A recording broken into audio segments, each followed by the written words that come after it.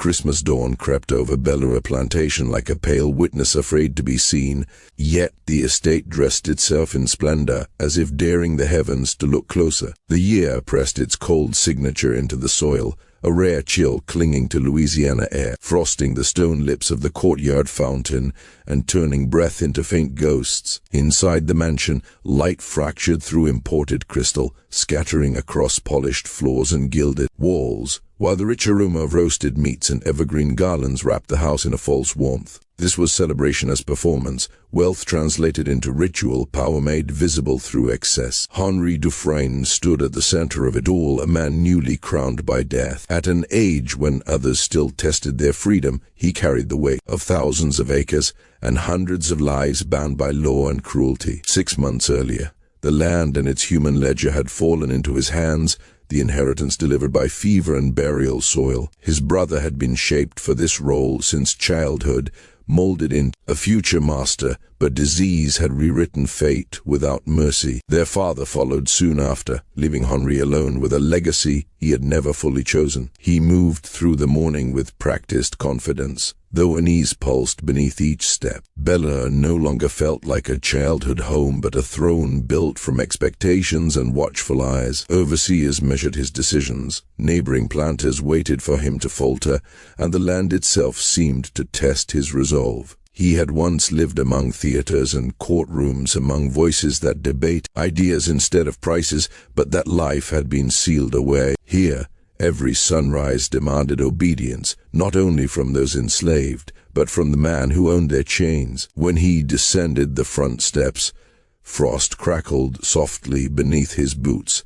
The courtyard waited, quiet and expectant. Beside the fountain stood Charles Beaumont, smiling with the confidence of someone who believed he understood the world as machinery. He had been a companion in the city, a guide through contracts and profits. Man who spoke of human suffering as figures that balanced neatly on a page. His greeting carried cheer, but something in his eyes suggested anticipation rather than kindness. He gestured toward the woman beside him as though unveiling a prized possession. She stood motionless, hands folded, gaze lowered, her presence sharp against the frozen stone. Charles spoke of usefulness and training, of literacy and decorum, of papers signed and debts settled. He framed her existence as a solution to a problem, a gift wrapped in justification. Henri listened, his attention drawn not to the words but to the figure who seemed to absorb the cold without complaint. Her dress was plain, repaired with careful hands, the fabric softened by time. A faded blue cloth bound her hair, worn but neatly arranged, and a single silver locket rested against her throat, catching the light with every measured breath. She looked young, yet her stillness carried the gravity of someone who had learned restraint as survival. Her features told a complicated story, one written in the blending of bloodlines this land pretended not to see. High cheekbones, skin glowing like amber in winter sun, and eyes that seemed too knowing for their calm. Henri felt a familiar discomfort stir, the old lesson echoing from childhood, the one that taught him to appraise living bodies as property. He had never mastered that gaze without revulsion, though he wore it now out of habit. As he approached, the cold sharpened, and the courtyard seemed to hold its breath. He asked her name, and when she answered, her voice carried a softness shaped by education, tinged with the rhythm of the city rather than the fields. The name lingered in the air like a half-remembered melody. It pressed against something buried deep within him, stirring unease he could not name. He repeated it quietly, feeling the syllables vibrate against his ribs. There was history there, though he could not yet see its shape. He asked her to raise her eyes. When she did, the world fractured. Those eyes met his, and time stalled, amber flecked with green, catching the pale light in the same way his own reflection did when dawn struck just right. The recognition struck without mercy, a blow delivered by blood itself. Memories surged uninvited, of a woman long erased from family stories, of whispers cut short, of a past sealed behind locked doors and deliberate silence. The cold bit deeper, crawling up his spine, as the courtyard seemed to tilt beneath him. In that instant, the glittering mansion behind him felt hollow, its chandeliers like mocking stars. The wealth, the rituals, the carefully staged celebration, all dissolved into something rotten and unbearable. He understood then that the gift before him was not a solution but a revelation, one wrapped in cruelty and denial. The land had not only inherited him, it had summoned him to account. Her gaze did not waver. There was fear there, yes, but also recognition, a quiet acknowledgement that the truth had finally found its way into the open. The locket at her throat gleamed, a silent witness to a lineage denied and a bond broken by law and convenience. The air thickened, heavy with everything unspoken, and Henri felt the full weight of his name crash down upon him. Christmas morning continued around them, servants moving, bells chiming faintly, life insisting on normalcy. But for Henri, Bellere had become a tomb of secrets, and the shadows stretching across the courtyard whispered of sins that could no longer remain buried. In that frozen moment, surrounded by wealth and silence, he realized the true horror was not what he owned, but what his family had destroyed and what he was now forced to see. The library became a place of accusation long before Henri understood why. Each time his eyes drifted to the painting, likeness of his father frozen in oils and confidence, the room seemed to close in on him. The portrait captured Henri Dufrain before age had dulled his charm, before responsibility etched lines of calculation into his brow. That face, so familiar, now felt like a mask, concealing something rotten beneath. And standing in the courtyard moments ago, breathing quietly beside the fountain, he had seen that same face echoed back at him in flesh and blood. The resemblance was no longer a matter of imagination. It was carved into the bones. The oval structure of her face, the firm line of her jaw that spoke of endurance rather than aggression, the way her head inclined slightly when listening, as though weighing each word for danger or meaning. Even the faint crease that appeared between her brows when she focused mirrored his own expression with cruel accuracy. It was as if the portrait on the wall had cracked, allowing its secret to step out into the daylight. Henri's chest tightened, breath snagging painfully as the truth pressed closer. Charles continued speaking, his voice floating through the air like distant noise. He praised her upbringing, her refinement, the family upriver who had claimed ownership before debts forced their hand. The words passed through Henri without landing. His thoughts were tearing forward, assembling memories he had locked away, patterns he had never wanted to recognize. The world felt unsteady, as though reality itself were rearranging to reveal a shape he had avoided his entire life. The question escaped him before restraint could soften it.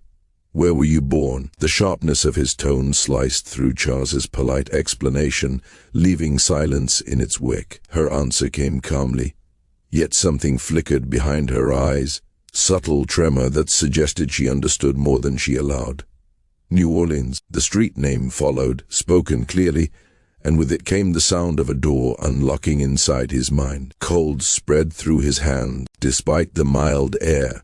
His father's townhouse, the one maintained for decades, visited during trips that conveniently extended beyond necessity. Henri remembered it now with sudden clarity, details long dismissed returning with vicious force. A quiet courtyard filled with flowers, walls papered in blue birds, a woman who opened the door and smiled too carefully, and behind her skirts, a child with amber eyes, watching him openly, curiously, without fear. He had stared back for a few heartbeats, then thought nothing of it when she was gently ushered away. A tenantess child, he had assumed, a servantess daughter, anything but the truth. The memory solidified, heavy and undeniable. He had looked at his sister and not known her. His next question barely rose above a whisper, fragile as glass. "Who was your mother?" For the first time, her composure wavered. Pain crossed her face like a shadow passing over the sun, old and familiar. She spoke a name, one that carried the weight of quiet endurance, of a woman erased from official history. She spoke of death years earlier, of loss accepted because there had never been a choice. The name itself meant nothing to Henri, but the years aligned with merciless precision. He had been young and distracted, absorbed in studies and pleasures far from Bellere. His father had been vigorous still, traveling often, living two lives without consequence. The realization struck him not as a thought but as a physical blow. He felt it settle deep in his bones, where denial could not reach. Charles was watching now, confusion tightening his features. He asked if something was wrong, his tone shifting from pride to concern. He offered solutions, returns, corrections, treating the situation like a miscalculation in trade. Henri answered too quickly, the word no breaking from him with more force than intended. He steadied himself, shaping his voice into something acceptable, something that would not betray the chaos inside. He thanked Charles. He called the gift generous. He played his role with terrifying precision even as his mind clawed for escape routes that did not exist. He told himself stories, whispered excuses, coincidence, shared features common to the region, guilt projecting meaning where none existed. He tried to believe these lies, but they crumbled the moment they formed, because in the place beneath thought, beneath language, he knew the woman standing before him, offered like livestock dressed in human skin, was bound to him by blood as much as by law. She was his father's secret made flesh, the living evidence of a life built on exploitation and silence, raised with care until care became inconvenient, educated just enough to serve, then sold when affection turned into liability. And now, through a cruel circle of inheritance, she belonged to him. The law named her property. The estate listed her among assets. The system declared his authority over her absolute, and the truth screamed that she was his sister. The realization made his stomach twist, nausea rising as if his body itself rejected the reality. Charles continued speaking of documents and prices, of signatures required to complete the transaction, oblivious to the horror unfolding inches away. Henri forced himself to listen, to nod, to respond with the expected gratitude. He invited Charles to remain for dinner, thanked him again, and summoned a servant to escort Margot inside. As she turned to follow, her steps measured, her posture composed, she paused. She looked back once. Their eyes met, amber reflecting amber, recognition passing silently between them. In that brief exchange, words were unnecessary. Everything unspeakable lived in that look. Fear, understanding, a shared knowledge that could never be acknowledged aloud. Then she was gone, swallowed by the doorway, leaving Henri alone in the courtyard with frost, wealth, and a legacy that now felt cursed. Bellere no longer gleamed. It loomed, and somewhere within its walls, blood and chains shared the same shadow, waiting to see what kind of monster inheritance would finally create. Henri caught the look in her eyes just before she disappeared into the house, and it struck him with the force of a confession. It was not fear alone, nor submission, nor the careful emptiness she wore like armor. It was recognition, a shared, unspoken understanding that passed between them in a single heartbeat. She had seen it too. The resemblance, the impossible symmetry of bone and gaze. She had traced the same forbidden path of thought and arrived at the same terrible conclusion. In that instant, they became bound, not only by blood but by silence, locked inside a truth that could not be named without destroying them both. Whatever lay between them could never be honest, never be free. It was already poisoned by law, by legacy, by a history written in chains. Night fell on Bellere Plantation like a heavy curtain, and sleep refused to come. Christmas dinner had been a spectacle of forced laughter and polished manners, voices echoing across the long table as neighboring planters drank and congratulated one another. Henri had smiled when required, spoken when spoken to, yet his attention never truly left Margot. She moved through the room with quiet authority, guiding the servants, correcting small errors with a glance or a whisper. Every time she turned her head, every time lamplight brushed her profile, pain tightened in his chest, sharp and relentless. It felt as though the house itself were watching him, waiting for him to acknowledge what it already knew. Long after the guests had retired and the candles burned low, the silence became unbearable. The dark seemed to press inward, filling his lungs with memories and dread. Sometime deep into the night, when even the insects outside had gone quiet, Henri rose from his bed. He dressed without calling for help, his movements deliberate, almost ritualistic, as though preparing for judgment. There was only one place left to search, Only one man who still held answers even in death. His father's study greeted him with the stillness of a sealed tomb. Nothing had changed since Henri Dufrain's last breath. The desk remained perfectly arranged, the silver-nibbed pen resting where his hand had left it. Shelves of books loomed on every wall, heavy with law, agriculture, history, and conquest. The air carried the faint trace of imported tobacco, a scent so familiar it made Henri's throat tighten. He lit the oil lamp, its glow trembling as if uncertain it should reveal what lay hidden here.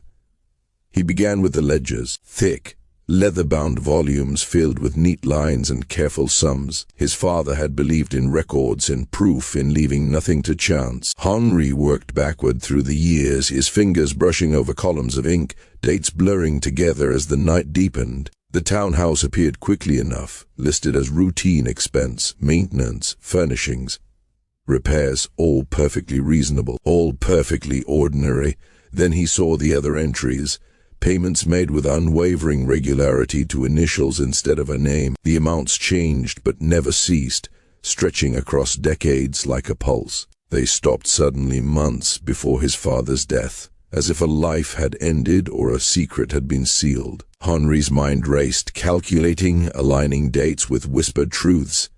Something did not fit. Not until he reached for the correspondence. His father's letters were preserved with the same precision, copies kept and filed year by year. Henri searched the period surrounding Margot's birth, his hands growing unsteady as the past opened itself. In one folder he found a legal confirmation of the townhouse purchase and the establishment of a trust. It was cold, formal, stripped of humanity, but attached to it, folded until it was almost nothing, was a scrap of paper that did not belong to the world of contracts. He unfolded it slowly, each crease resisting it, though it knew the danger of being smoothed away. The handwriting was elegant, unmistakably feminine, shaped by education and care. The words were simple, devastating. A child had been born, a daughter. She carried his eyes. She had been named after his mother. There was no demand, no accusation, only a plea wrapped in quiet hope. Let her learn. Let her see beauty. Let her believe, even briefly, that kindness exists. The room seemed to tilt. Henri sank back into his chair as the paper slipped from his fingers. His grandmother. His name echoed in his mind, heavy with meaning. He had never known her, yet her presence had always haunted the house. His father had spoken of her with reverence, kept her portrait close, honored her influence. And now the truth revealed itself with sickening clarity. Henri Dufrain had bestowed that revered name upon a child he could never publicly claim. Child born into bondage, raised in secrecy, then discarded when secrecy became inconvenient. The cruelty of it hollowed Henri from the inside out. This was not a single sin, but a lifetime of calculated betrayal. His father had funded comfort while denying freedom, had offered education while withholding identity, had acknowledged blood while refusing responsibility. And now, through inheritance and law, that injustice had been placed directly into Henri's hands. The lamp flickered, shadows stretching across the study walls like reaching fingers. Bellere Plantation groaned softly, settling into the night, as if the house itself were breathing. Somewhere within its depths, Margot slept, unaware that the truth had finally been unearthed, or perhaps aware and waiting. Henri stared at the portrait on the wall, no longer seeing a patriarch, but a stranger whose legacy was built on silence and suffering. In that moment, he understood that the horror was far from over. What he had uncovered was only the beginning. The past had opened its mouth, and Bellere was ready to speak. She followed him down the corridor in silence, her footsteps measured, controlled, as if every sound might be weighed and judged. When he asked her to come with him, she had answered politely, yet in the dim light of the hall he caught the briefest tremor in her eyes. It vanished almost instantly, buried beneath composure learned through years of survival. The library swallowed them both, its shelves heavy with knowledge that had never been meant to set anyone free. As the night stretched on, Henri remained alone among the records, and the truth continued to bleed through the paper. His father had not abandoned her to ignorance. On the contrary, he had shaped her carefully. Receipts revealed lessons in music when she was still a child, payment to tutors, invoices for books far beyond basic instruction, poetry, philosophy, works meant to refine the mind and awaken the soul. There were accounts from dressmakers as well, garments appropriate for a young lady of society rather than an enslaved girl. It was a deliberate cultivation, a careful investment, and yet freedom had never followed. That was the wound that would not close. His father had the power to release her with a stroke of ink. The law was tangled, yes, but not insurmountable. Others had done it. He could have done it. Instead, he chose restraint disguised as kindness. Henri felt bitterness coil tighter with every page he turned. Education without liberty. Comfort without protection. Love expressed only through control. The pattern was unmistakable. As the lamp dimmed and shadows thickened, the answer rose with cruel clarity. Freedom would have demanded acknowledgement. It would have exposed the lie at the heart of his father's reputation. A freed daughter would have raised questions no amount of money could silence. Better then to keep her suspended between privilege and bondage. Better to ensure obedience through dependence. Better to preserve honor at the cost of humanity. Dawn crept toward Bellere while Henri uncovered the final proof. Folded deep within a ledger from the year before his father's death lay another letter. The lawyer's tone was formal, informing Etienne of Celeste Dubois' passing and requesting guidance. The reply was brief, almost careless. Maintain the arrangement. Make no changes. Leave the girl as she is. Those words struck harder than any confession. Leave her as she is, enslaved, exposed, replaceable. The implications churned his stomach. With the trust dissolved upon his father's death, the protections vanished. Margot had been reduced to an entry on a balance sheet, transferred, evaluated, sold, passed from hand to hand until fate twisted itself into something unspeakable. A sister delivered as a holiday gift, blood wrapped in paper and ribbon. Henri thought of the funeral, the grand ceremony filled with praise. He remembered the speeches, the prayers, the glowing descriptions of a man held up as a pillar of virtue. The applause still echoed faintly in his ears, now distorted, mocking. What would they say if they knew the truth? If they understood that beneath the polished sermons lay a daughter denied her name, and a son forced to inherit the consequences? The house began to wake. Sounds drifted upward from the kitchens, metal clashing softly, voices murmuring. Somewhere within that motion, Margot began her day. The thought tightened his chest. Did she know? Had her mother spoken the truth before death claimed her? Or had silence been passed down like a curse, sparing her pain while condemning her to ignorance? The uncertainty gnawed at him. He could not ask outright. The question itself would tear open wounds neither of them could survive. He emerged from the study hollow-eyed, his body heavy with sleeplessness. Fog rolled in from the river, cloaking Bellere in grey. The plantation looked less like an estate now, and more like a mausoleum. He found her in the morning room, overlooking the gardens, directing the work with quiet authority. The other women deferred to her instinctively, recognizing competence shaped by something beyond mere training. When he spoke her name, she turned at once. Her expression settled into neutrality, but her eyes watched him carefully, alert to danger. In that moment, Henri understood how carefully she had learned to read a room, how deeply awareness had been carved into her. He stood there, brother and master, heir and jailer, and felt the weight of it crush the air between them. Bellere listened. The walls remembered. And somewhere beneath the calm surface of routine, a reckoning waited, patient and inevitable, ready to drag every buried truth into the light. Every breath she took beneath his roof carried an unbearable truth. As long as she remained bound to him by law, by ink and custom, it was an obscenity dressed up as order. She moved as she had been trained to move, always behind him, never beside. Her presence reduced to soundless steps across polished floors. It was not instinct but survival, a choreography learned early, refined through years of observation. Visibility invited danger. Invisibility preserved life. The library absorbed them both, its towering shelves rising like silent judges. This room had once been Henri's refuge, a sanctuary from the raw violence that pulsed just beyond the mansion walls. As a boy, he had hidden here with books and dreams, believing knowledge might offer escape. Now it felt like a chamber of confession, every spine and shadow bearing witness. When he asked her to close the door, He saw hesitation flash across her face before discipline sealed it away. He hated himself for understanding exactly what that command suggested. The image was ancient and vile. A master, a woman in chains, a private room. He had to speak quickly to dismantle the fear he had summoned. "You said you can raid." His voice sounded strange to his own ears. Calm, controlled, she answered with respect, and he pressed further, asking how such a skill had been granted.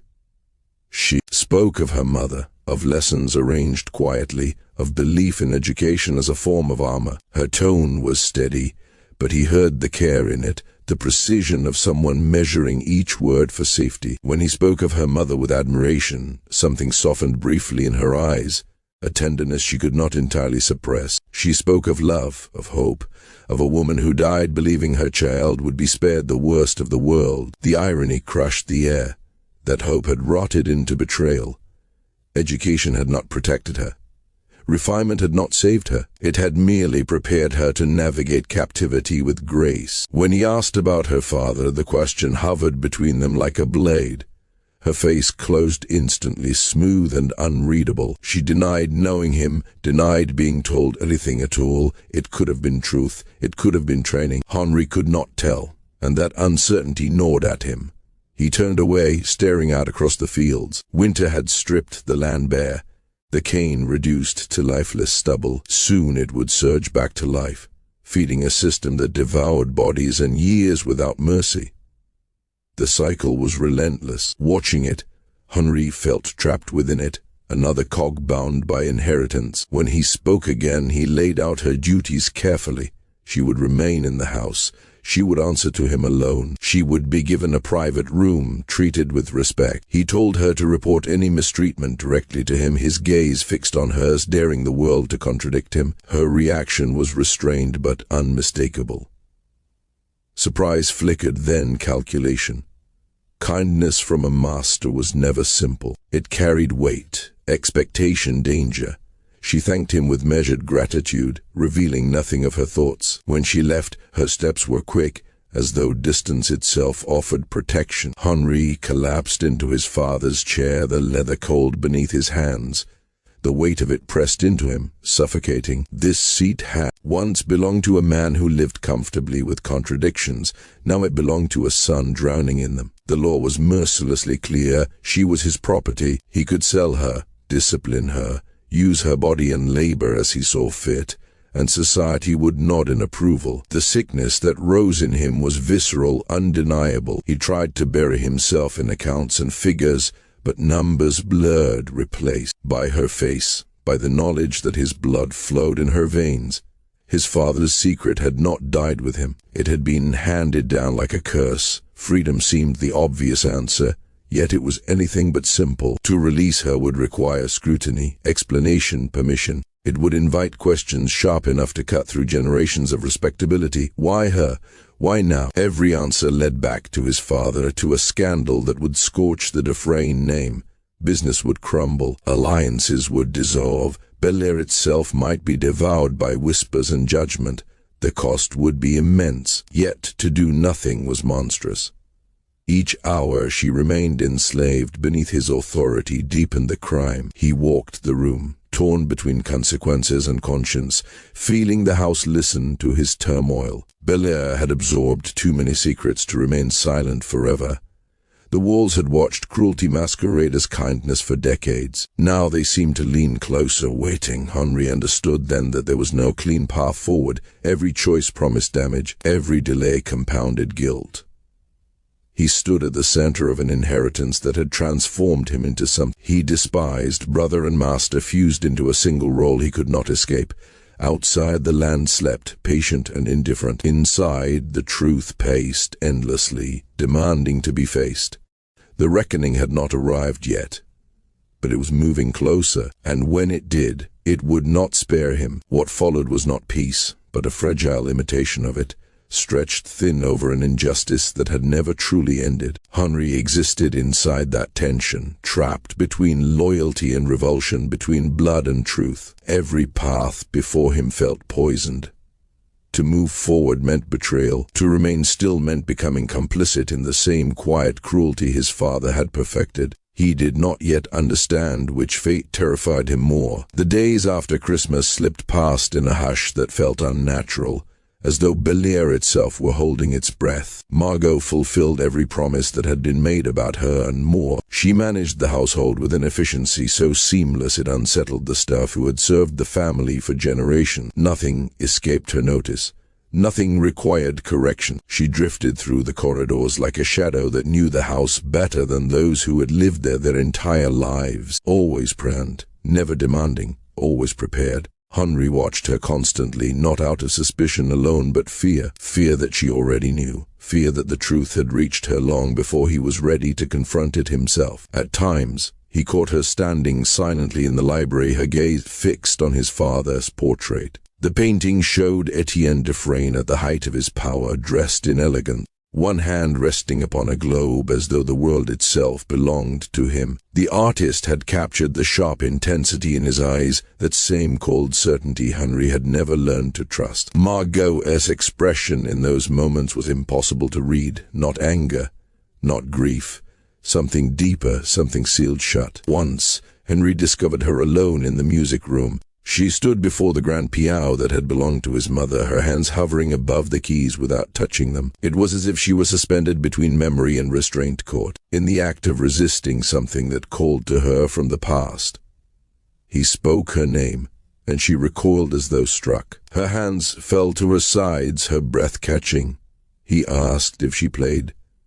Her answer came quickly, too quickly. She said she had once, long ago, when her mother insisted. When life still allowed such indulgences, he told her to sit.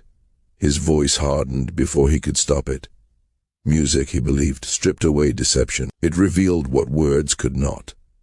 She hesitated, then obeyed, her movements stiff with unease. When her fingers finally touched the keys, the room seemed to darken. The first notes emerged, softly, cautiously, and then the music unfolded into something devastating. A nocturne, delicate yet precise, performed with a mastery that could not be faked or forgotten. But it was not the skill that froze Henri in place. It was the grief woven into every note, a sorrow so deep it felt borrowed from another life. The melody filled the room with a longing that pressed against his chest, heavy and suffocating. This was not the sound of a pastime.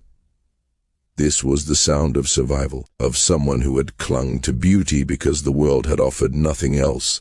Henri did not breathe until the final note faded. The silence afterward was unbearable. He felt it settle into the walls, into his bones. When he spoke, his voice betrayed him. He asked where she had learned to play like that.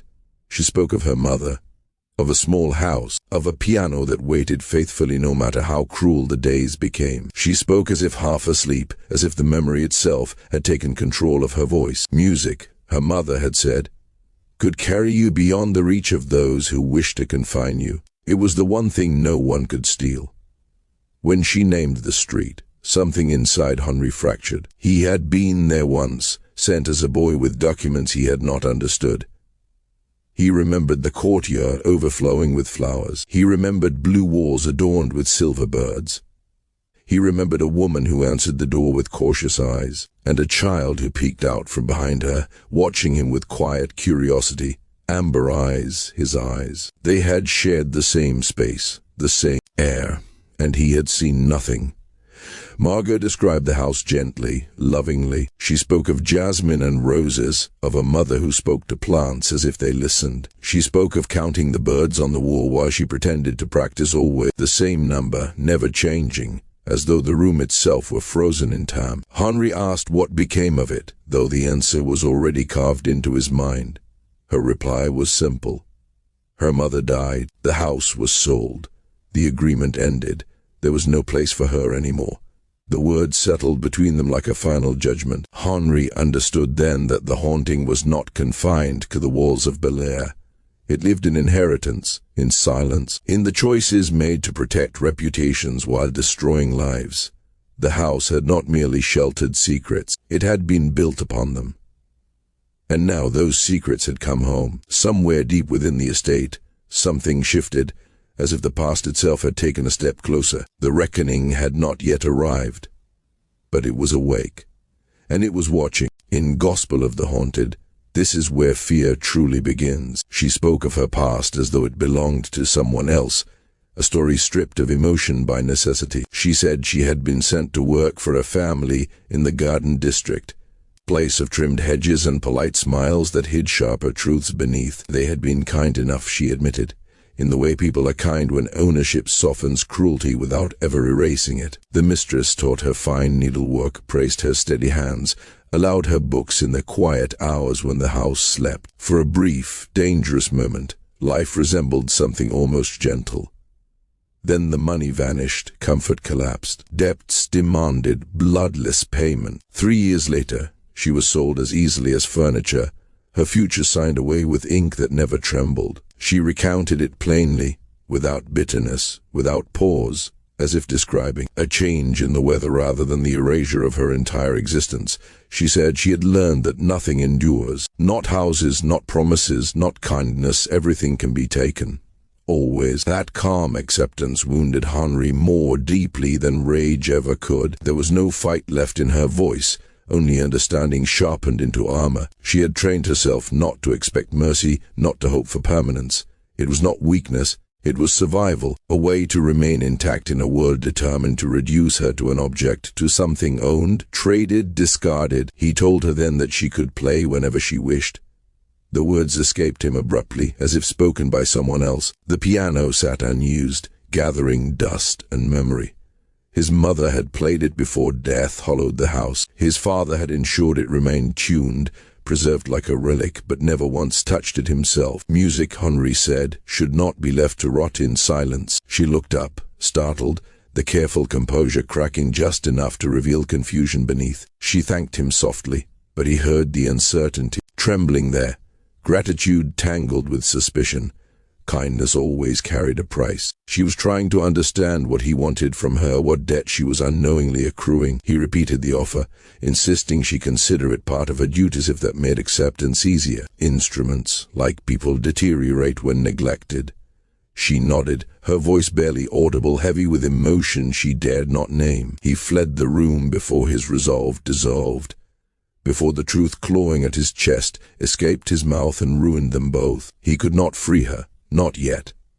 The law wrapped cruelty in procedures and delays. Sudden mercy would invite scrutiny he could not survive. His father's arrangements were layered in legal traps designed to preserve respectability at any cost. All Henri could offer were fragments of dignity, fragile freedoms inside an unbreakable cage.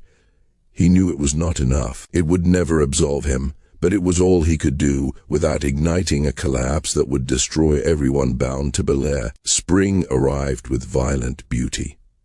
The land erupted in green, sugarcane surging upward as if fed by buried secrets. The air thickened until breathing felt like swallowing the sky itself. Labor intensified, and Henri buried himself in work with feverish urgency. He inspected fields, mills, ledgers, and lives, convincing himself that diligence equaled control. He met overseers daily, demanded restraint where the system allowed none, told himself small mercies mattered. Yet the core of his torment followed him everywhere. Margot moved through Bellere with quiet authority, her presence unavoidable. Every glimpse of her profile, every sound of her voice, dragged him back to the truth his father had hidden so carefully. The household staff respected her quickly. She commanded without cruelty, worked beside them without pretense. She never asked what she would not endure herself. The field workers were different. Their eyes lingered, their whispers followed. Them, she represented favor granted within a structure designed to deny everyone equally. Resentment fermented where suffering was shared but relief was not. Henri understood this too well. In a world built on injustice, even kindness became suspect.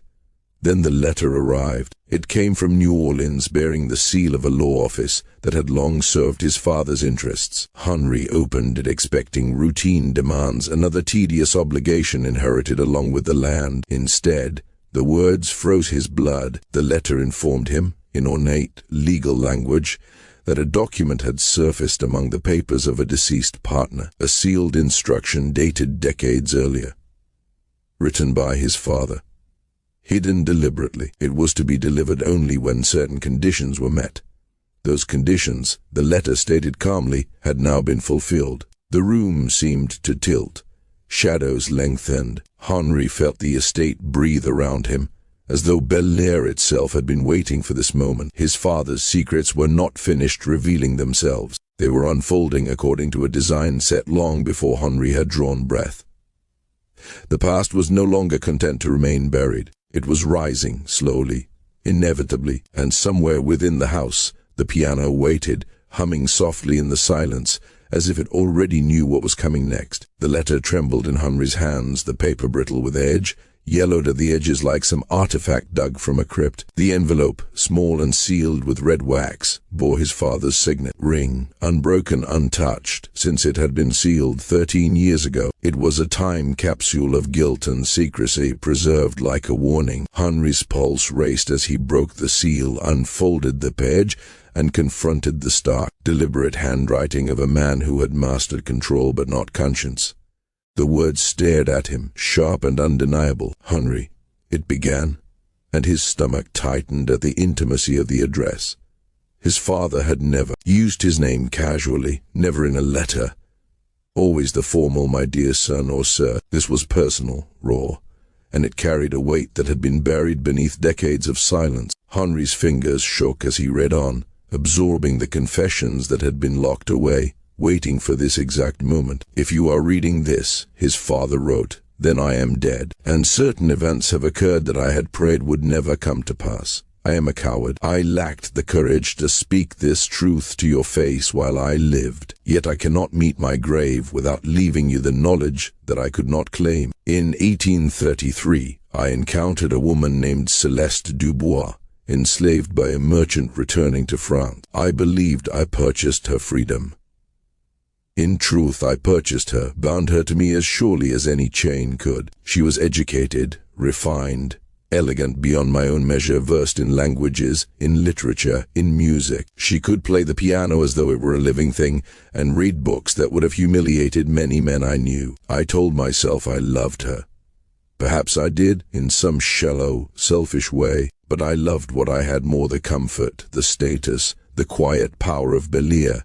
I loved my life more than I loved her. When she revealed she carried my child, I made a choice.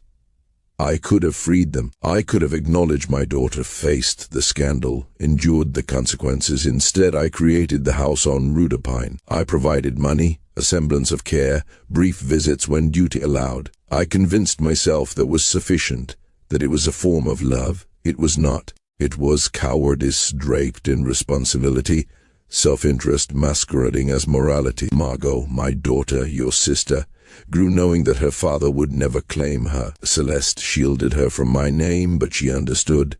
She knew she was a secret, a problem to be managed with money and distance. I saw it, and I did nothing. I write this now because the trust I established will end with her mother's death. No provisions exist beyond that.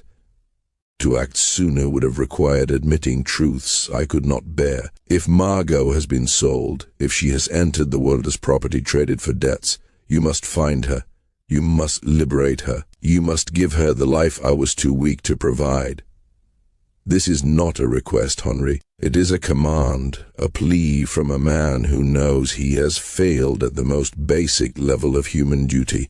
Be the man I could not be. Correct the wrongs I allowed to fester. Restore what was stolen before it is lost to history. I left instructions with Bogard to deliver this letter only if two conditions were met: my death and the passing of Celeste. If you hold this letter, then both conditions are fulfilled. Margot is alone, vulnerable, untethered to the only family she should have known. Find her. Free her, protect her. Henri felt his stomach drop, the letter slipping from his grasp to rest on the desk like a coffin lid. 13 years his father had known. 13 years in which he could have acted, could have claimed justice, could have faced disgrace, and yet he did nothing. He had written these words when Margot was 12, living in the shadow of a man who refused her freedom. And then he had spent 30 more years walking the earth, leaving Henri to inherit not only wealth and land, but the sins and cowardice of the Dufrain name. The timing was cruel in its symmetry. 13 years of inaction, 13 years in which Margot could have been safe, cherished, free. Instead, she had been sold, transferred like property, forced into a world that did not recognize her humanity until she arrived at Bellere, the house of her own blood, unaware, defenseless. Henri's chest tightened, his vision narrowing as the horror pressed against every nerve. This was no longer about duty or propriety. It was about correcting a cruelty that had festered for more than a decade, a wrong that demanded action, or it would consume him. The estate around him seemed to hold its breath. Bellere had watched silently while the sins of its patriarch accumulate, had listened to every whispered cruelty, every silenced plea. Now the walls themselves seemed to lean closer, as if pressing him to understand the weight of inheritance that was not simply money or land, but guilt made flesh. Henri felt the air grow thick, the shadows lengthen, and in the distance the faint resonance of the piano, waiting, as though the house itself anticipated the reckoning. He understood that he was no longer just a son or heir. He was executioner and savior, jailer and liberator, bound to a legacy of unacknowledged blood and the echoing voice of a man who could never claim his child. Somewhere deep within Bellere, Margot moved, oblivious to the revelation that hung between them like a knife. Henri realized every careful step, every moment of restraint he had practiced was now meaningless. The past had risen, the reckoning had begun, and the house, patient and unyielding, would not let him turn away. The ink of his father's cowardice had become a summons. Every choice he made from this point forward would define the lives of two innocent souls bound together by secrecy, blood, and betrayal. And as the sun fell behind the sugarcane fields, painting the sky in bruised purples and grays, Henri knew that the past was no longer buried. It was awake, watching, waiting, and the piano in the corner hummed softly, as though it already knew what was coming next. Henri stood at the window, the crumpled letter clenched in his fist, and stared out at the fields as if seeing them for the first time. The sugarcane swayed in the wind, green and alive, yet each stalk seemed to whisper the stories of the people who labored there, sons, daughters, siblings' bodies and souls stretched thin to feed a wealth built on chains. The overseer rode among them, eyes sharp, whip poised, enforcing obedience with quiet menace. Henri had walked these fields countless times, his mind numbed to the rhythm of work and discipline, the endless cycle of labor and profit. But now the scene felt grotesquely intimate. He could no longer ignore the humanity of the men and women who moved like shadows across the brown earth. They were people, each one with history stolen, dreams suppressed, lives folded into the machinery of his inheritance. And he, by merely existing at Bellere, by claiming his father's wealth, was complicit. He was a participant, a beneficiary of horrors he could no longer deny. He returned to the desk, smoothing the edges of the letter as though touching it could make the words less real. But the confession glared back at him, accusing, unyielding. Make this right, do what I could not. How could he possibly make right a wrong so monstrous, so deeply embedded in the very foundations of the life he had inherited? The family she should have had, the home she was denied, the freedom that had been her birthright, they were all tied to chains, to wealth built upon the suffering of people like her. Each option he considered twisted in his mind like a knife. Free her immediately, and he would have to explain too much, reveal too much, invite scrutiny into secrets the world had been protected from, send her away with money, with papers, and it would feel like betrayal. Once more another man choosing the path of convenience over justice. Tell her the truth? What comfort could he offer her in a revelation so cruel that her own brother, her own flesh, had been her master all along? There were no good answers. Only choices waited with consequence, each heavier than the last. For 3 days he wandered the library, sleepless, haunted by the impossible. And then, one evening, the answer arrived without warning, unbidden. A soft knock at the door, tentative, careful. Before he could respond, Margot stepped inside, a tray in her hands. Coffee, brandy, small comfort she brought him without request. She moved with quiet efficiency, placing the tray on the side table, then turned to leave. "Wait," Henri said, his voice low, urgent. She paused, hand on the door handle, suspicion in her posture. Close the door. Her compliance was instant, wary. Henri could see how this must appear. The master calling a female slave to his private room late at night, ordering the door closed. The implications were cruel and clear. He had to act before misunderstanding took root. "I need to tell you something," he said, voice trembling despite his effort to steady it. "And I need you to listen without interruption. Can you do that?" Margot stood motionless, hands clasped before her, face a mask of neutrality. He recognized the posture, the armor of survival she had worn for years, perfected in the shadows of Master's whims. When they demanded private conversation, it never signaled good news. "I know who your father was," he began. She flinched, a sudden flicker of awareness. "I know about the house on Rudolph, about your mother, about the arrangements my father made. I know because I found the records. I found his letter." He pushed the yellowed paper across the desk. "Read it." She did not move at first. "Sir, I don't think I should." His voice broke, harsher than intended, raw from days of sleeplessness and moral torment. "Please, I need you to read it." Slowly, carefully she approached. Each step was deliberate, wary, like approaching a precipice. Her hands trembled as they lifted the letter, and Henri watched every movement, every shadow of emotion that crossed her face. Then the reading began, and he saw it, the dawning of comprehension, the full weight of revelation pressing down like an avalanche. Her hands gripped the paper, crumpling its edges. Her breath quickened, shallow and uneven. One solitary tear traced its way down her cheek before she could stop it. When she finished, she set the letter down with reverence, smoothing the wrinkles she had made. But her eyes held a lifetime of grief, betrayal, and quiet fury, staring into him as though measuring the measure of his soul. "You're my brother," she said. Flat, controlled fact, not emotion. "Yes," Henri whispered, his own voice breaking. "And you've known since Christmas." A bitter, humorless laugh escaped her, a sound twisted with years of suppressed pain. Of course you knew. You looked at me, and you saw it, just as I saw it in you. I told myself I was imagining connections, that fate couldn't be that cruel. But it was. It always was. The room seemed to contract around them, the walls pressing closer, the shadows lengthening into grotesque shapes, stretching and swaying like the truth itself. Bellere had always been patient, silent, its secrets buried beneath layers of wealth, routine, and appearances. Now the house leaned in, listening, waiting, and Henri felt, with a chill that slid into his bones, that nothing would ever be the same again.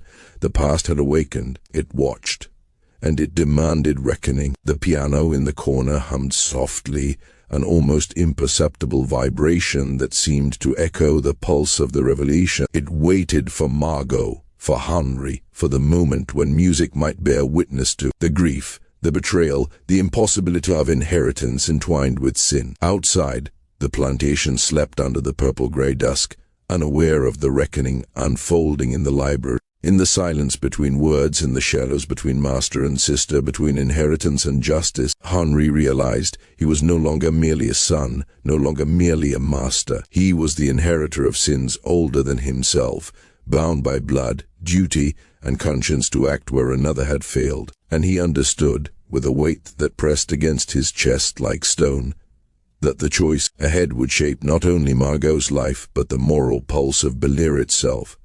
The past had risen, the reckoning had begun, and somewhere in the room, the piano waited, its keys trembling, as if it already knew the next note in a story that had begun long before either of them was born.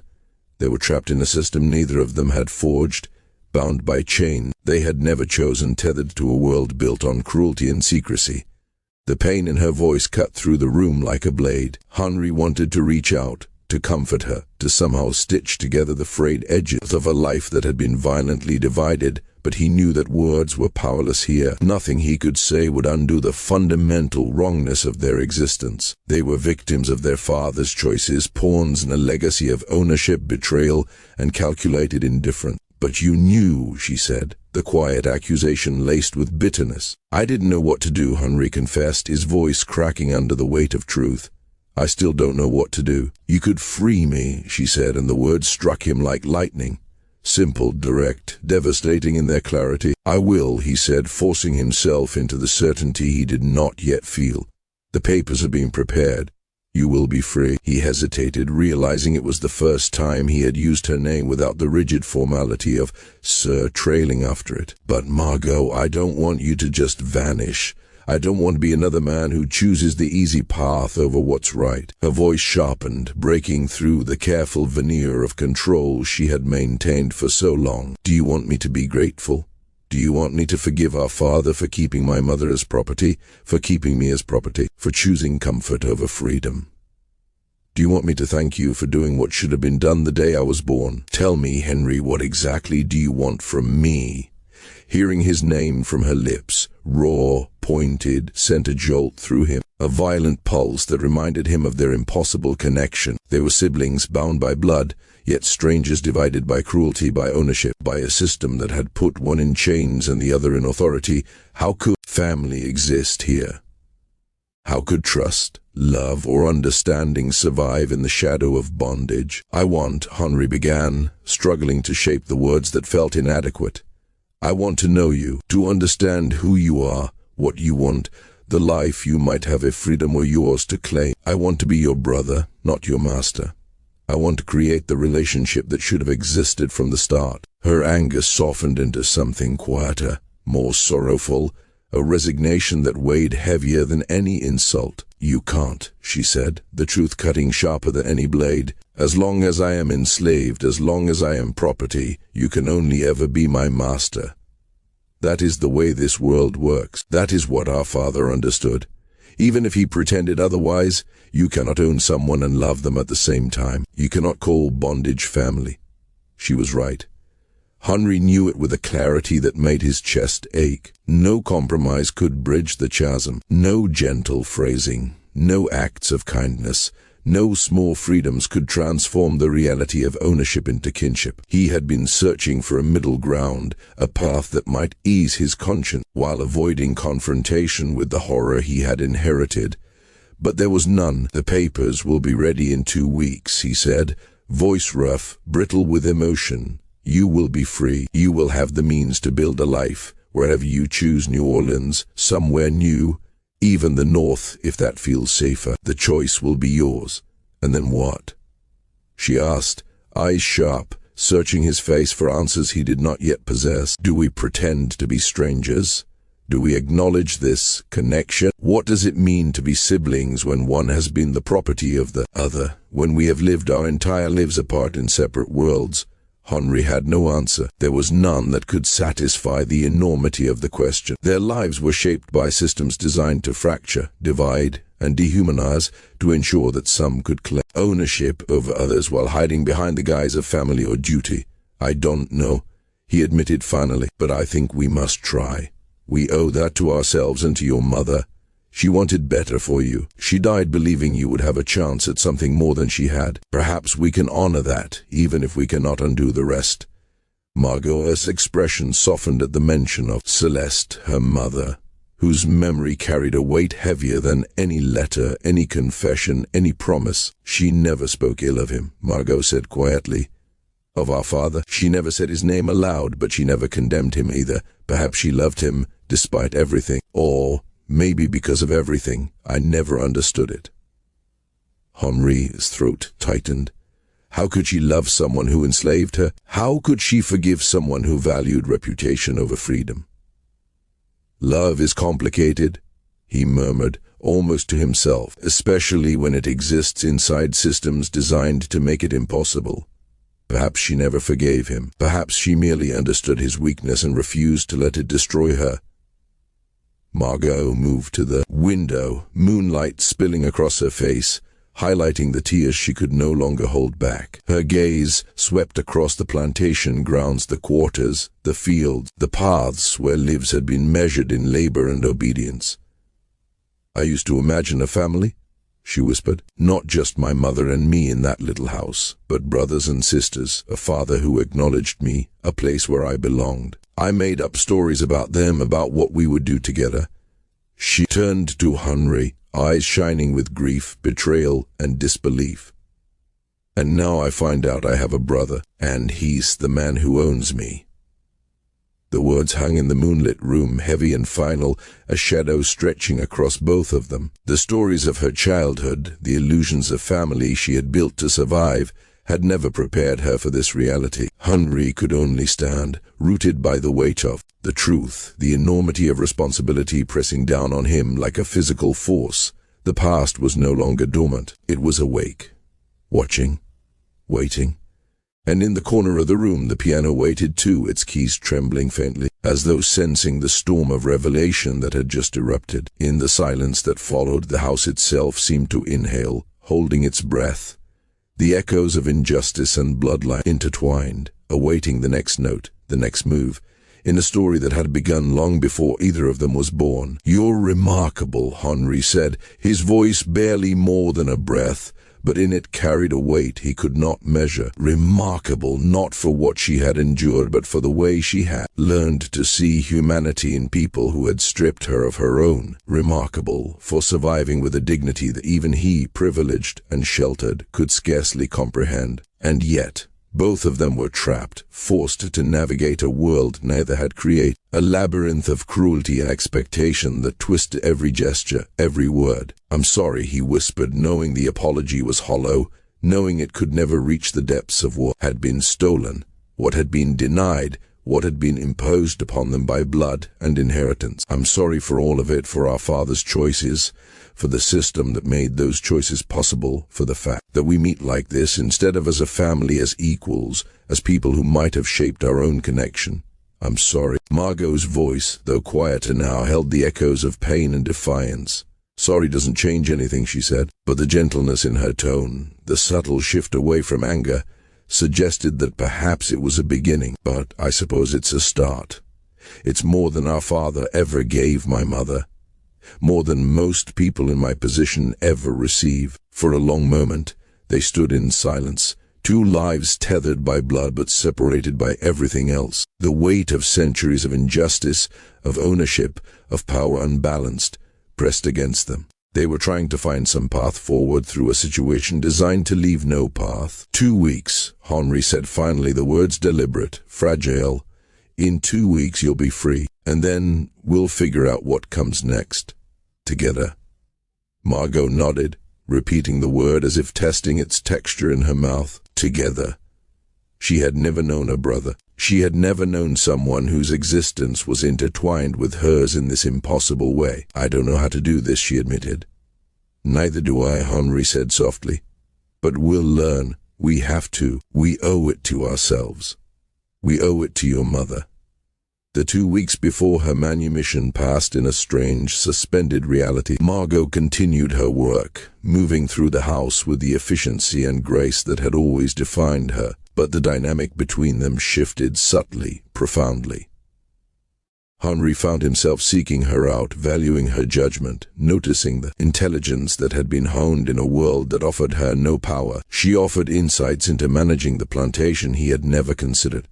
Ways to ease the burden of labor without sacrificing efficiency, ways to treat the enslaved workers with a sliver of humanity in a system built on oppression. Every suggestion, every careful observation revealed a perspective forged in survival, a clarity born from having nothing. Margot, for her part, began to allow glimpses of the person she might have become in another life. Her humor, dry and cutting, surprised him. One evening, as Henri complained about a negotiation that had left him exhausted, she said, "Perhaps if you stopped being reasonable and simply demanded what you wanted, they might respect you more." "Reasonable people are easy to manipulate." Henri had laughed, startled by her candor.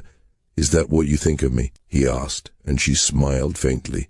"You're trying to be good in a system that punishes goodness. Admirable, but exhausting to watch."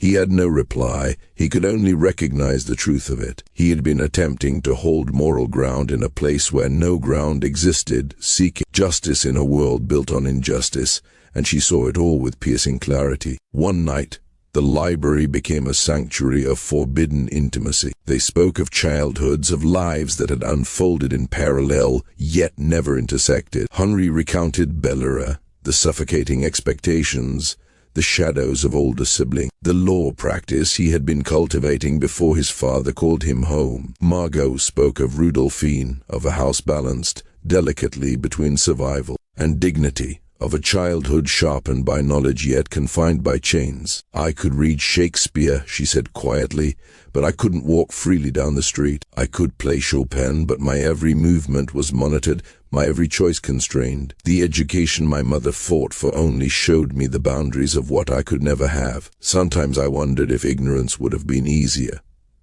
Do you resent her? Henri asked, voice tight, for teaching you to want things you couldn't have? Margot paused, her eyes distant. No, she gave me tools to survive, to maybe find a way into something better. She had no power to free me, no wealth, no legal standing. But she gave me knowledge, skills, a way to navigate the world. I cannot resent her for that. Henri's voice darkened with bitterness, like our father, doing the best he could, which wasn't nearly enough. No, Margot said, it wasn't enough. But most people don't do enough. Most people choose comfort over justice, convenience over courage. Our father was human, weak, selfish, cowardly, but human nonetheless. Her perspective, measured and unflinching, shamed him. She had survived a world designed to crush her.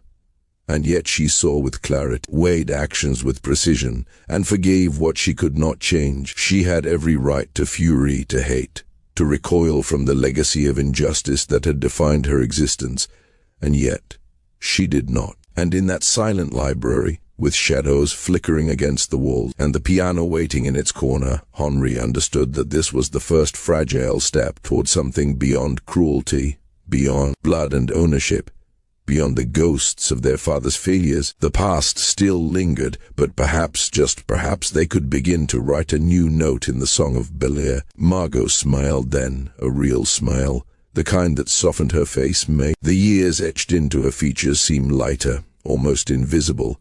I'm a survivor, she said, voice steady. That's different from being remarkable.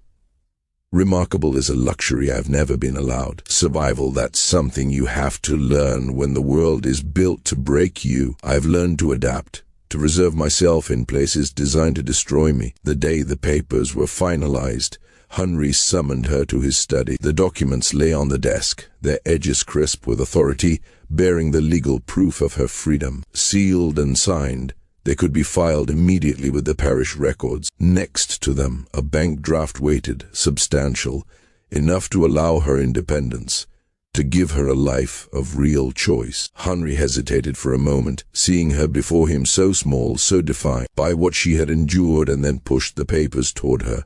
It's done, he said. You're free. Margot's hands trembled as she lifted the papers, tracing each line, each clause with eyes sharp and wary.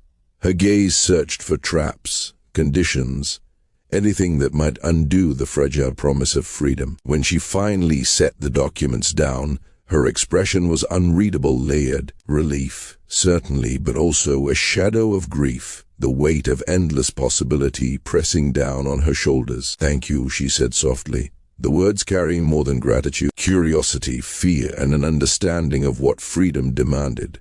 Where will you go? Henri asked, though dread tightened his chest. He had grown used to her presence, to the strange warmth of having family nearby, even under such impossible circumstances. The thought of her leaving filled him with a hollow ache he hadn't anticipated. I don't know yet, she admitted. I need time to figure out who I am when I am not someone's daughter, someone's property, someone's responsibility. I've spent my life performing roles for survival. I want to know who I am when I'm just myself. Henri nodded, understanding, even as a shadow of loss settled over him. Will you stay in Louisiana? He asked tentatively. Maybe. Maybe not.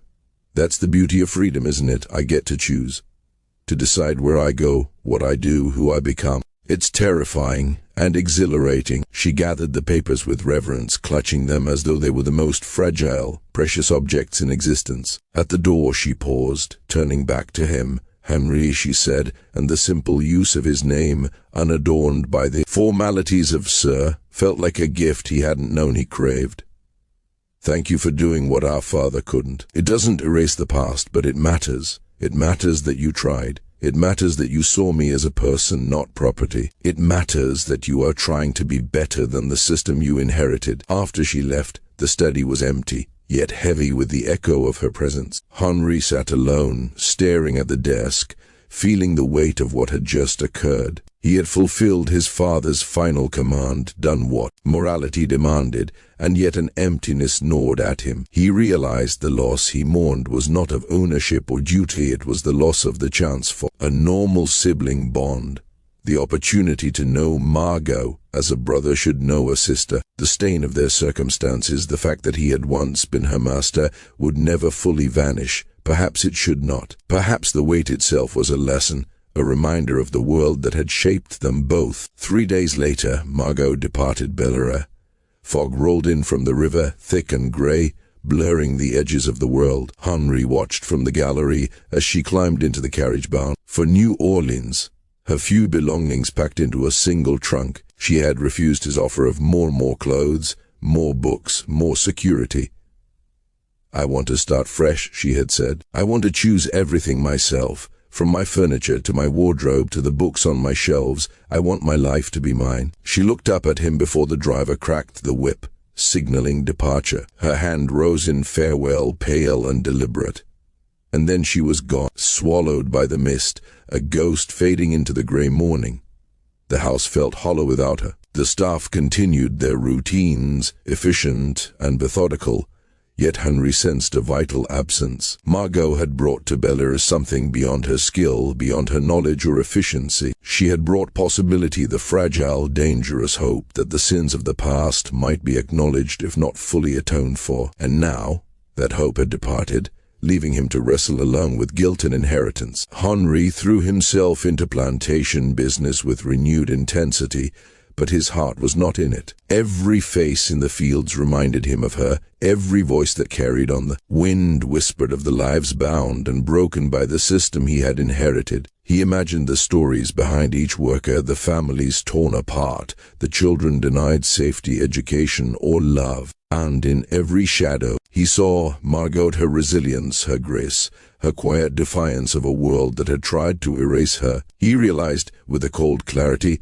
that freedom was not simply the absence of chains. It was an awakening to choice, responsibility, and the terrifying breadth of possibility. Margot had claimed that awakening for herself, and in doing so left him to reckon with the weight of what it meant to wield power ethically, to confront inherited sin, to see the humanity in others when so many had been trained to see only property. And in that quiet, misty morning, Henri understood that Bellere would never be the same. The house, the plantation, the sugar-cane-stained fields, they carried the echo of what had been, the memory of injustice, the residue of fear. Margot had left, yet her presence lingered, like a melody half heard in the corners of a silent room. The piano in the study, untouched and waiting, seemed to hum in agreement, a note of defiance against a past built on cruelty. Henri remained there, staring at the empty spaces she had filled, listening to the wind moving through the fields, hearing the soft, persistent whisper of possibility. Somewhere in the distance, the world stretched wide and grey, full of unknowns, full of choices that Margot would now make for herself. And he realized, with a sinking awe, that even in freedom, even in the triumph of right over cruelty, the ghosts of the past would never truly leave. They would only watch, waiting, patient and haunting until the next note was struck in the story of Bellere. Each reading of Margot's letter left Henri trembling, a tangled mess of relief, grief, and an almost unbearable clarity. The potential, the lives that could have been, lay crushed beneath the weight of a system he had sustained simply by existing, by presiding over Bellere, by accepting the wealth wrought from labor he had long taken for granted. For the first time, Henri understood the foundation of his inheritance. It was not just sugar, land, and favorable trade. It was pain, multiplied across generations, normalized, codified, and defended by those who thrived from it. His father had been one such man.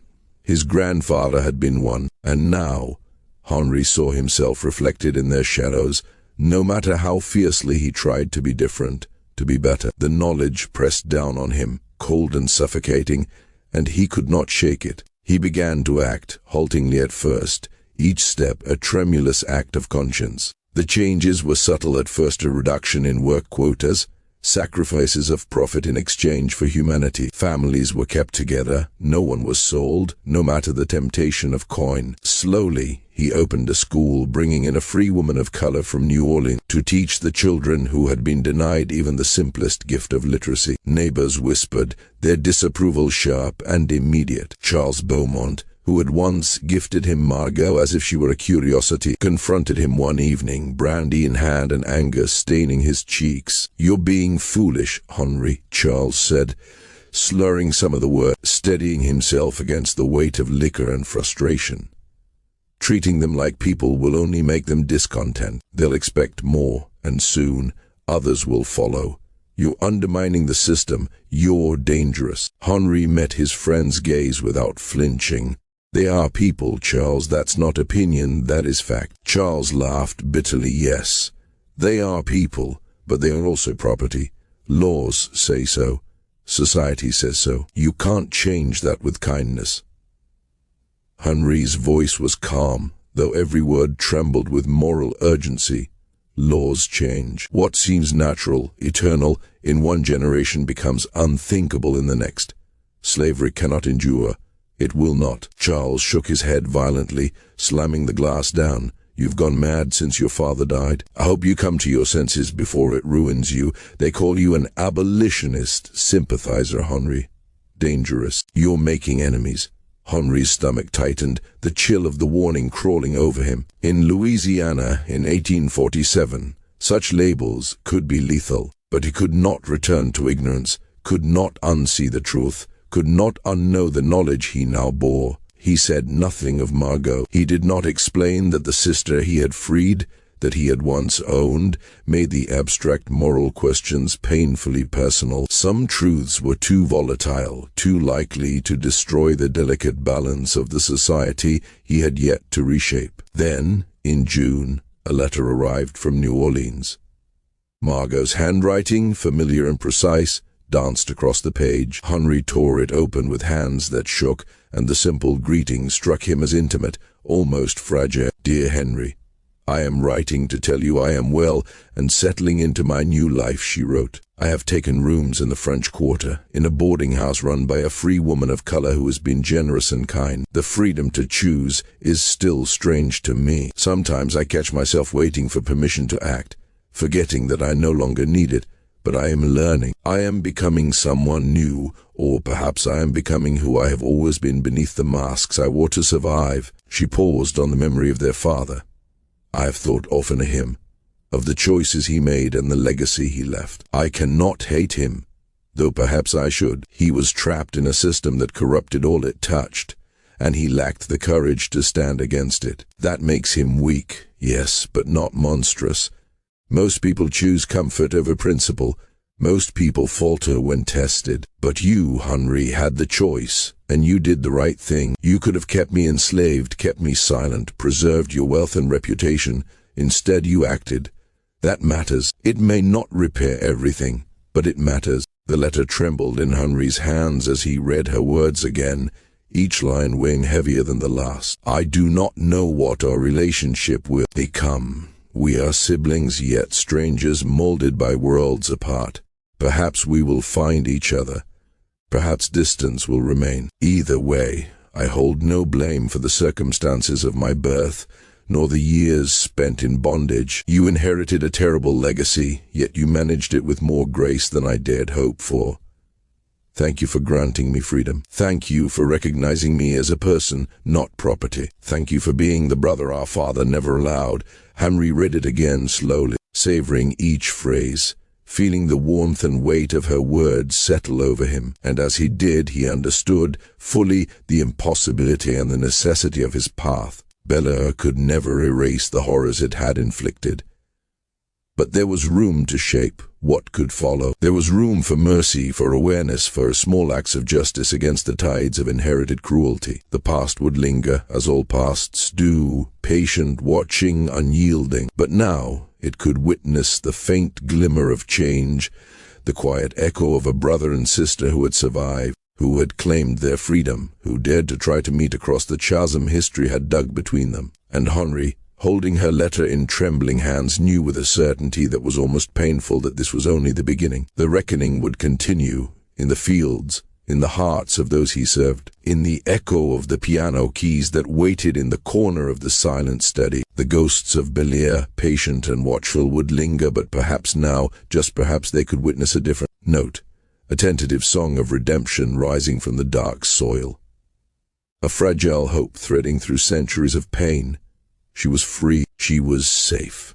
She did not hate him, and yet she was gone, moving through a life that no longer intersected with his, a life that existed beyond his reach, beyond the walls of Bellere and the burdens of their shared past. Henri sat alone in the study, the letter she had sent him trembling in his hands, each word a whisper of hope, an accusation of gratitude and sorrow, of lives shaped and fractured by the same hands. He wrote back immediately, pouring into ink every tremor of guilt, every shudder of grief, the quiet rage he felt toward their father, the disbelief and horror at discovering family only to lose them again. He tried to explain the changes he was attempting at Bellere, the alterations that were as much moral experiments as they were acts of penance, the growing unrest in his conscience as he confronted the truth of the world he had inherited. Her reply came a month later, the paper warm with her careful handwriting, the edges slightly worn as though it had already traveled through a storm of uncertainty and longing. "You ask what you should do," she wrote, "and I cannot give you the answer.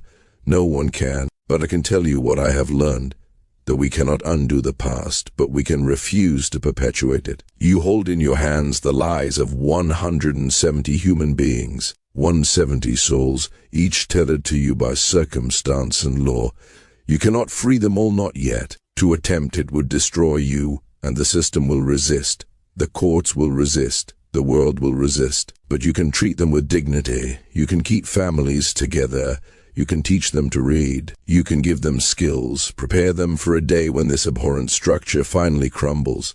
And it will crumble, Henri. It cannot endure forever. You can be the master who makes slavery a little less unbearable, who plants seeds of humanity in soil long poisoned. It will never be enough, but it is something. Something is always better than nothing." Henri carried her words like a flame, small but persistent, and acted on them with painstaking care. Changes at Bellere began subtly at first, almost imperceptibly to neighbors or overseers who measured him by the old rules. Families were kept intact. No offers, no sums could tempt him to fracture them.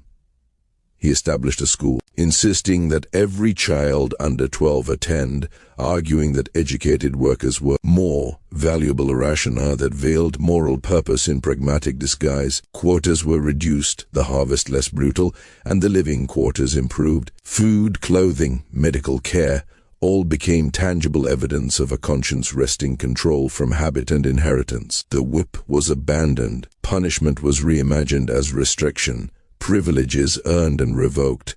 A cruel system softened but not eliminated. Of course, Bellere's neighbors noticed.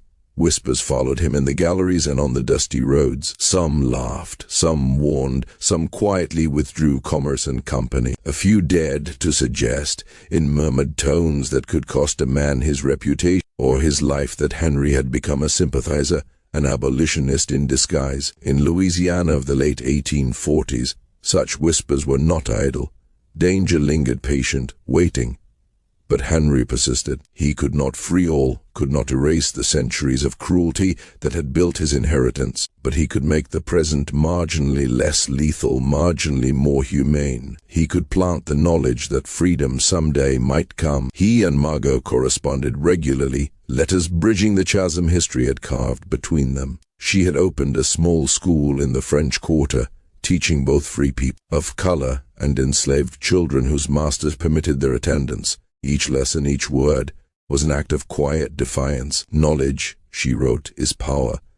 Dignity is inherent, irrespective of law or ownership. Small acts, but purposeful, each one a rebellion against a world that sought to erase her existence." Henri read her letters with a mixture of awe and terror, fearing for her safety even as he admired her courage. The tolerance of New Orleans had limits. The free and educated were watched, measured, constrained. The system was patient but relentless.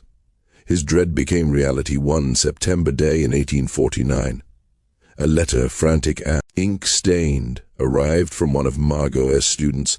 The school had been raided. Authorities, prodded by someone outraged at the audacity of enslaved people learning to read, had seized her. Arrested, charged with possessing forbidden books, accused of stirring rebellion with her education, she had been imprisoned for daring to be too free, too independent, too defiant of a social order designed to crush her spirit. Henri left Bellere immediately, the estate now in the hands of his most trusted overseer, his heart hammering with fear he had never known. Every connection, every favor, every coin he could spare became instruments of her release. 3 days of bribes, negotiations, subtle threats, and sleepless nights ended only when he finally saw her in the parish jail, thin and exhausted but alive. The sight of her, the trembling of her hands, the haunted glimmer in her eyes, carved a new kind of fear into him, the knowledge that even freedom was fragile, a candle threatened by wind, a life perpetually at risk in a world built to deny it.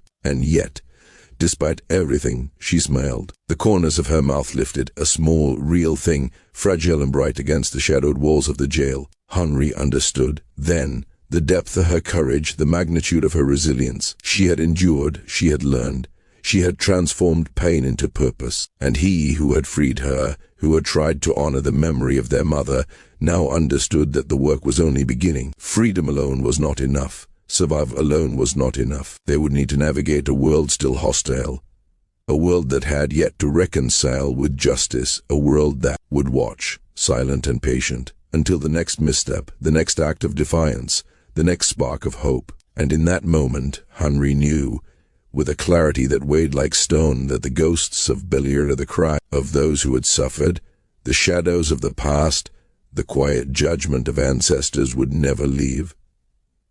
They would linger, patient, watching, but perhaps, just perhaps, they could witness something different now, a life reclaimed, a flame of courage burning quietly in the darkness, a tentative song of redemption, threading through centuries of cruelty, fragile yet unbroken, rising from the soil Henri had inherited, waiting for the next note in the story that would never truly end. Her body bore the evidence of struggle, bruises darkening her arms, a cut above her eye still raw, but her spirit remained untamed, her eyes burning with a determination that refused to yield. They sat together in a quiet cafe by the river, the low murmur of water and passing carriages a fragile shield against prying ears. "I won't stop," she said, her voice steady, unwavering, cutting through the weight of history that hung between them. "I can't stop. This is the only way I know to fight back, the only way to honor what was stolen from me, from our mother, from all of us." Henri's chest tightened. "You'll get yourself killed," he said, the words sharp, his fear piercing through his restraint. "I'd rather die free," she replied, eyes locked on his, daring him to understand. "That is more than my mother ever had, more than most people like me will ever have.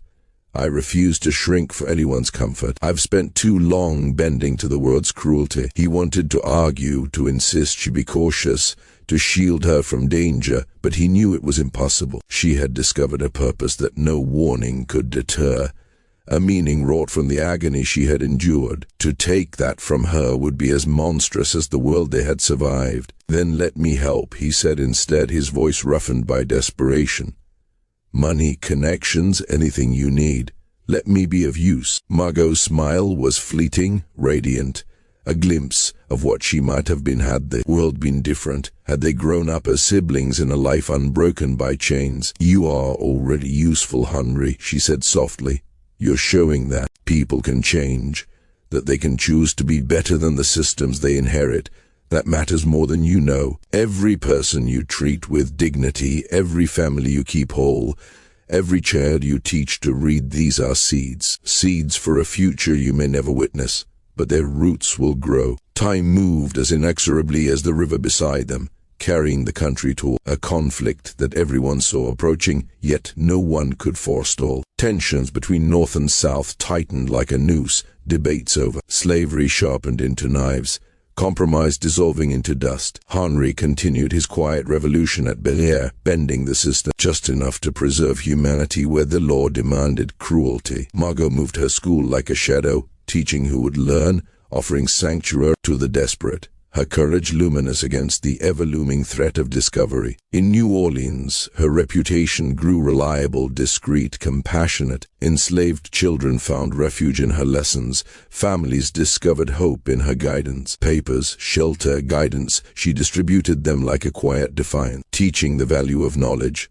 the irrepressibility of dignity. Every letter she sent carried this defiance, threading a connection that defied the cruel geometry of their lives. Their meetings became rare, the fragile network of their lives too dangerous to display openly. Henri's reputation as a cautious sympathizer, his letters and actions recorded in whispers, made Margot's proximity perilous. And yet, they corresponded steadily, letters threading the distance with trust, with tentative tenderness, with the hard-won knowledge that family could exist even across impossibly wide chasms. Then, in 1853, a letter arrived that startled him. She was engaged. Her words carried the warmth of astonishment, of unanticipated joy. A man, a free person of color, a carpenter named Thomas Lauron, had captured her heart. Kind, intelligent, supportive of her mission, understanding the full weight of her past, her mother, her father, the life she had survived, the family she had only just begun to know. "I never thought I would marry," she wrote. "I never thought I would trust anyone to see me, really see me, not as property, not as a problem, not as a symbol. But Thomas does. He sees me as myself, and he loves me anyway.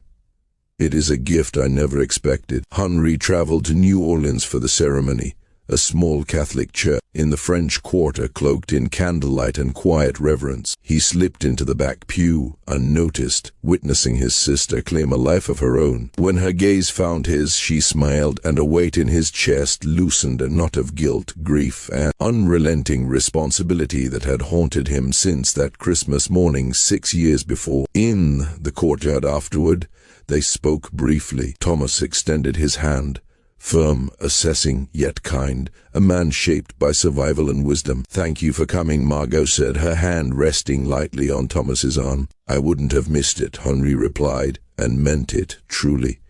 "I'm happy for you."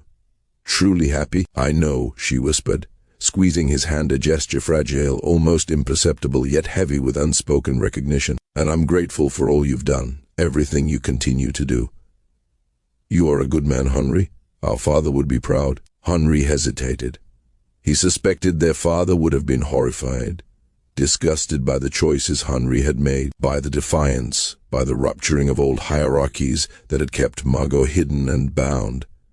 But that judgment no longer mattered. It was not the past, nor the expectations of the dead, that would shape the future. It was this Margot, alive, free, radiant with purpose, stepping into a world that she could now navigate on her own terms. And Henri understood, in the shadowed corners of that courtyard, under the heavy weight of history and legacy, that this was the true inheritance, the one that could not be taken, measured, or stolen.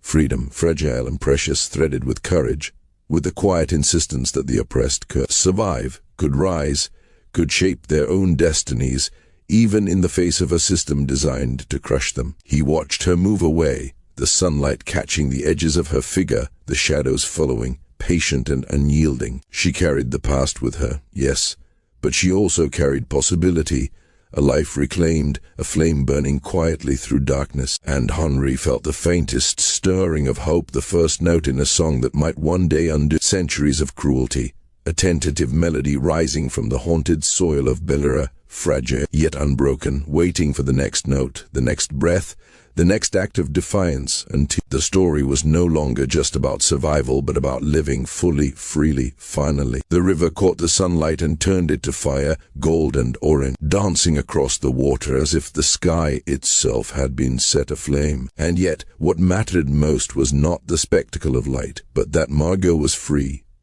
Truly free. She was building a life on her own terms, crafting meaning from the fragments of a world that had tried to destroy her. That was enough. That alone was victory.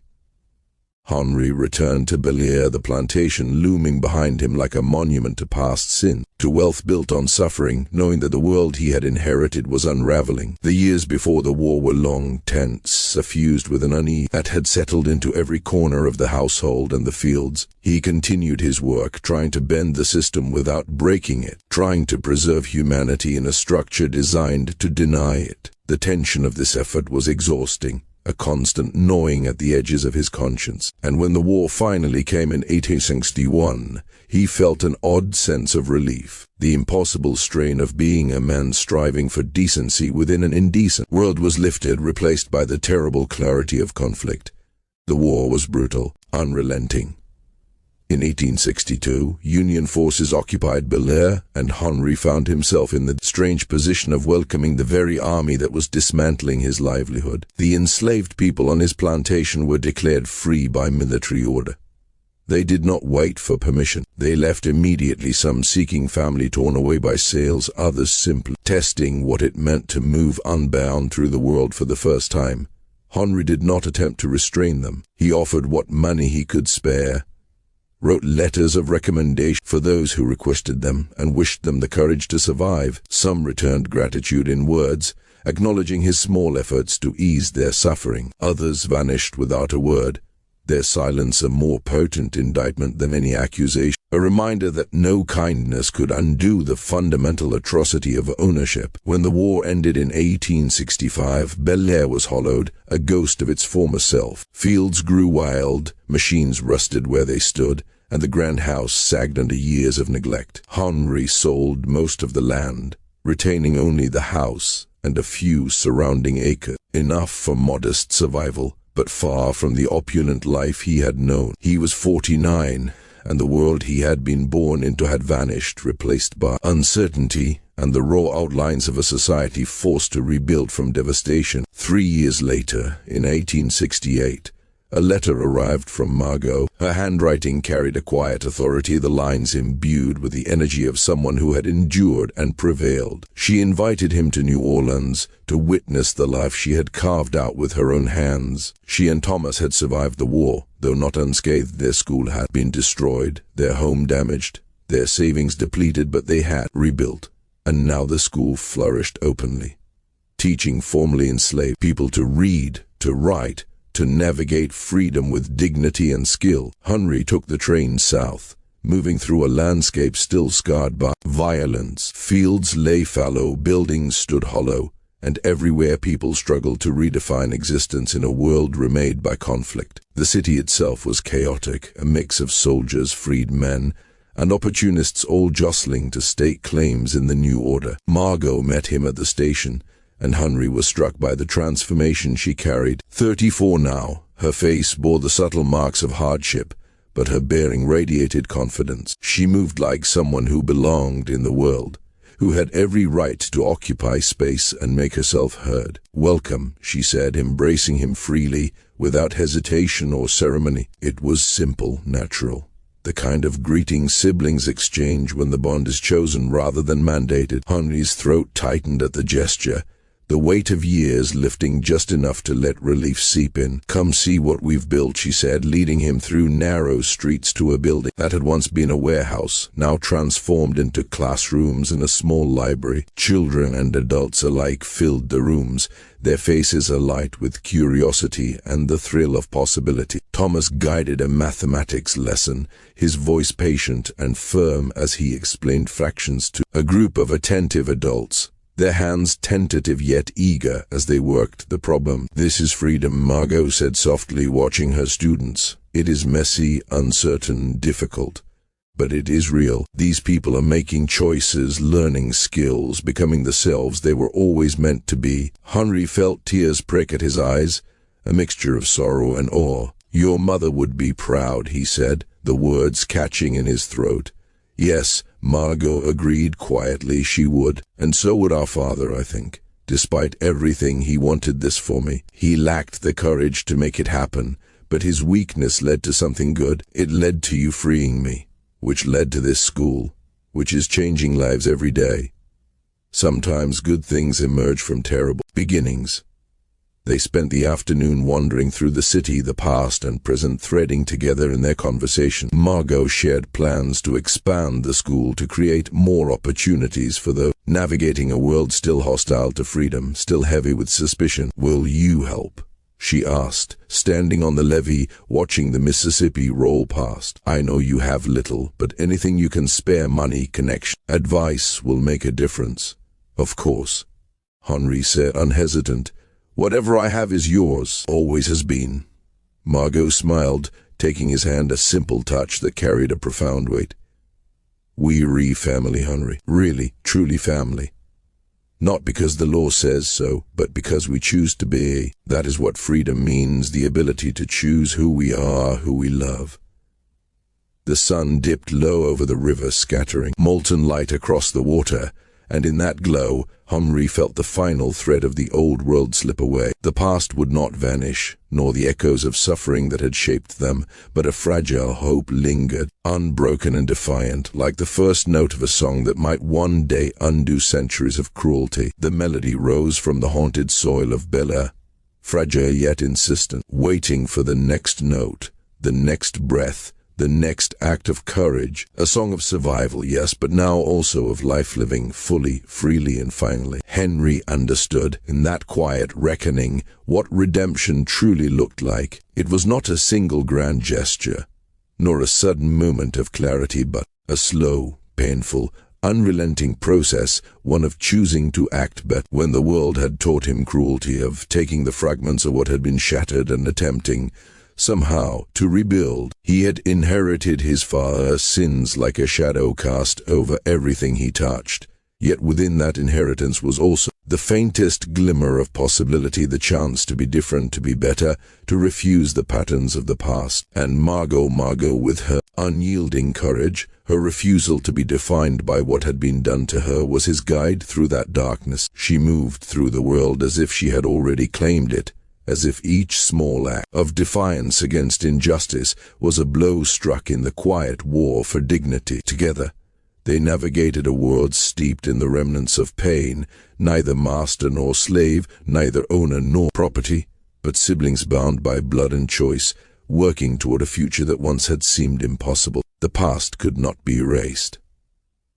The years of her enslavement, the suffering of hundreds bound to Bellere, the countless families torn apart by systems of law and greed, those wounds would never disappear. And yet, even in that impossible weight, there was something to hold on to. As Margot had written long ago, something was better than nothing. Each act of care, each life treated with respect, each child taught to read, became a small reclamation, a defiance against the darkness that had dominated so many lives. It was a modest victory in a nation still haunted by the legacy of slavery, a victory forged from pain, courage, and the refusal to let history dictate the future. Their story did not end with perfect closure, only with hope, a fragile, flickering flame that might one day illuminate the truths long buried in the soil of Louisiana, waiting for those willing to look. Sometimes in a world so thoroughly broken, hope alone is enough. And perhaps that is the real horror and the real wonder, that the deepest darkness often lies not in ghosts, but in the choices people make,